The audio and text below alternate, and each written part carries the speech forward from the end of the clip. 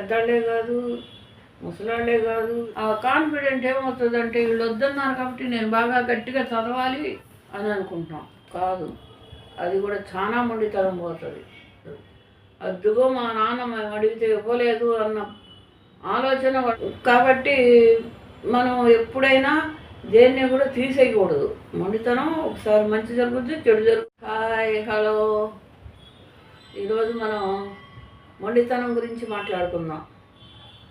మొండితనం అంటే మొండితనంలో కొన్ని మంచి జరుగుతాయి, కొన్ని చెడు జరుగుతాయి. కాబట్టి మనం ఎప్పుడైనా దేన్ని కూడా తీసేయకూడదు. మొండితనం ఒకసారి మంచి జరుగుద్ది, చెడు జరుగుద్ది. కాబట్టి మనం దాని గురించి మాట్లాడుకుందాం. నేను చెప్పేది మీరు చివరి వరకు చూడండి. మీకు ఏదో ఒక విషయమైనా నచ్చుతుంది. నచ్చినట్లయితే మీరు లైక్ చేయండి, సబ్స్క్రైబ్ చేయండి. ఇప్పుడు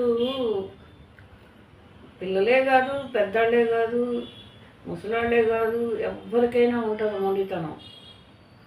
ఆ మొండితనం ఎలా ఉంటుందంటే, ఇప్పుడు పిల్లలు ఉన్నారనుకోండి, ఇది కావాలి అన్నారు, అది సాధించాలనుకుంటారు.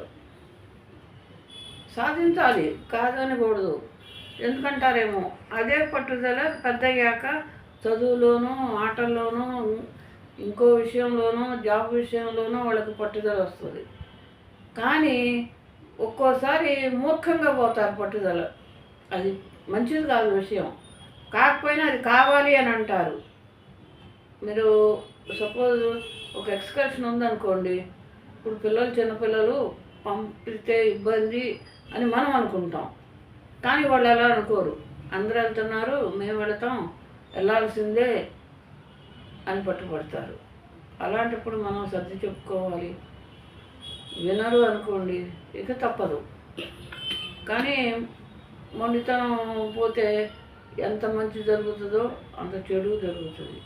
ఒకసారి పనికి వస్తుంది, ఒకసారి పనికిరాదు. అదే విషయంలో కాలేజీలో చదివే వాళ్ళు ఉన్నారనుకోండి, జాయిన్ అయ్యేటప్పుడే మేము చదువుతాము అని వాళ్ళు చెప్తారు. కరెక్టే, చదువుతాము అన్న వాడు కాన్ఫిడెంట్ ఉంటుంది కాబట్టి వాడు చెప్తారు.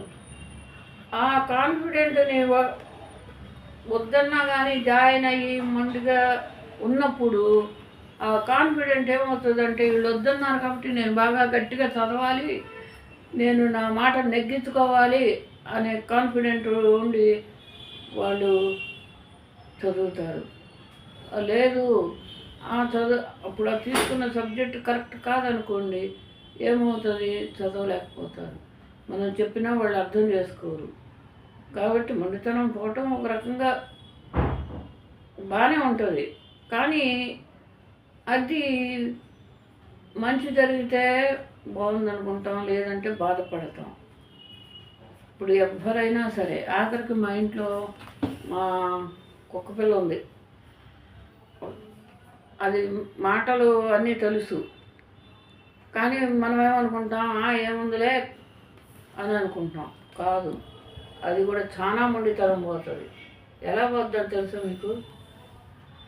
ఇవాళ చికెన్ లేదు అన్నాం అనుకోండి, ఇంకా అన్నం తినదు,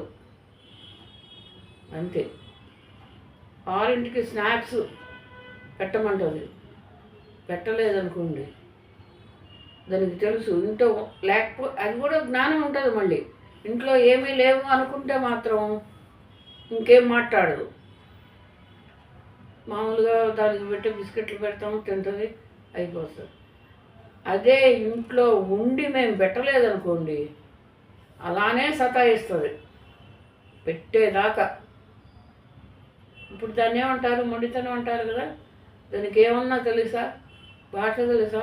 మాటలు వచ్చా? ఏమీ రావు. దానికి కూడా ఉంటుంది మొండితనం. ఇప్పుడు నేనే ఉన్నాను అనుకోండి, నాకు ఉంటుంది.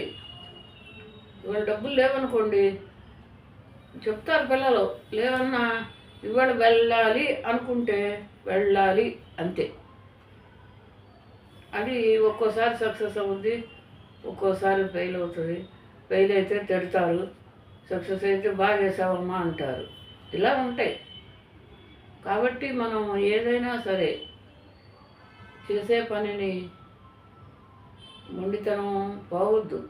ఆలోచించుకొని నిదానంగా మనం ఏదైతే సక్సెస్ అవుతాము అని అనుకుంటామో దాని గురించే మనం ఇది చెయ్యాలి.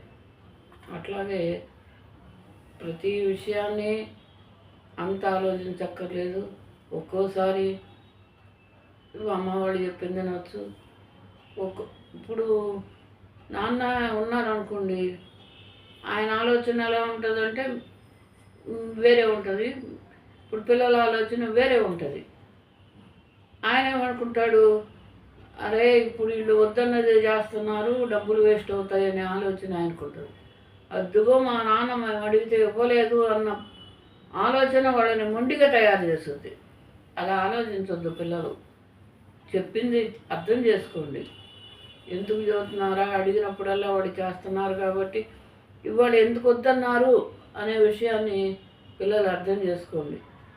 అలాగే పెద్దవాళ్ళు కూడా, పిల్లలు ప్రతిసారి మొండితనం పోరు కాబట్టి ఒక్కోసారి వాళ్ళు ఎందుకు మొండితనం పోతున్నారు అని పోనీలే ఈసారికి వదిలేద్దామని వదిలేయండి. ముసలాళ్ళే ఉన్నారనుకోండి, మేము ఇవాళ గుడికి వెళతాం అంటారు. అది అవసరమా అంటారు పిల్లలు. అవును అవసరమే అంటారు. ఇప్పుడు వాళ్ళని తీసుకెళ్ళటానికి ఒక మనిషి కావాలి, మనిషి ఉండాలి కదా తీసుకెళ్ళాలంటే. అది అర్థం చేసుకోరు. లేదు వెహికల్ ఉండాలి, కారో తీసుకెళ్ళటానికి. ఆహా, అది కూడా ఆలోచించరు. మేము వెళ్ళాలి అంటే వెళ్ళాలి అంతే. ఆ వయసులో కూడా వాళ్ళు మొండితనం పోతారు. దాన్ని మనం అర్థం చేసుకోవాలి. వాళ్ళని మాత్రం కంపల్సరీగా అర్థం చేసుకోవాలి. ఎందుకంటారేమో, వాళ్ళకి ఆ మొండితనం ఎందుకు వచ్చిందంటే జీవితం అంతా చేసి చేసి వాళ్ళ కష్టానికి అలవాటు పడిపోతారు. ఆ వయసులో కొంచెం రిలాక్స్గా అటు ఇటు వెళదాం అనుకుంటారు. అప్పుడు పిల్లలు వద్దన్నారనుకోండి, వద్దన్నప్పుడు ఏమవుతుంది, వాళ్ళకి కోపం వస్తుంది. ఆ కోపం మొండితనం అయిపోతుంది, బాధపడతారు. అలా కాకుండా పెద్దవాళ్ళ వరకు వాళ్ళని ఇబ్బంది పెట్టకుండా, మొండితనం పోనీయకుండా ఒక కంపల్సరీ తీసుకెళ్లాల్సింది తీసుకెళ్ళాలి. అంతదాకా వాళ్ళను ఇబ్బంది పెట్టకుండా అడగంగానే తీసుకెళ్తే సంతోషిస్తారు. మనకు కూడా వాళ్ళు హ్యాపీగా ఉంటే మనం కూడా హ్యాపీగా ఉంటాం. ఇలా ఉంటుంది మొండితనం. అక్కడి దాకా ఎందుకు,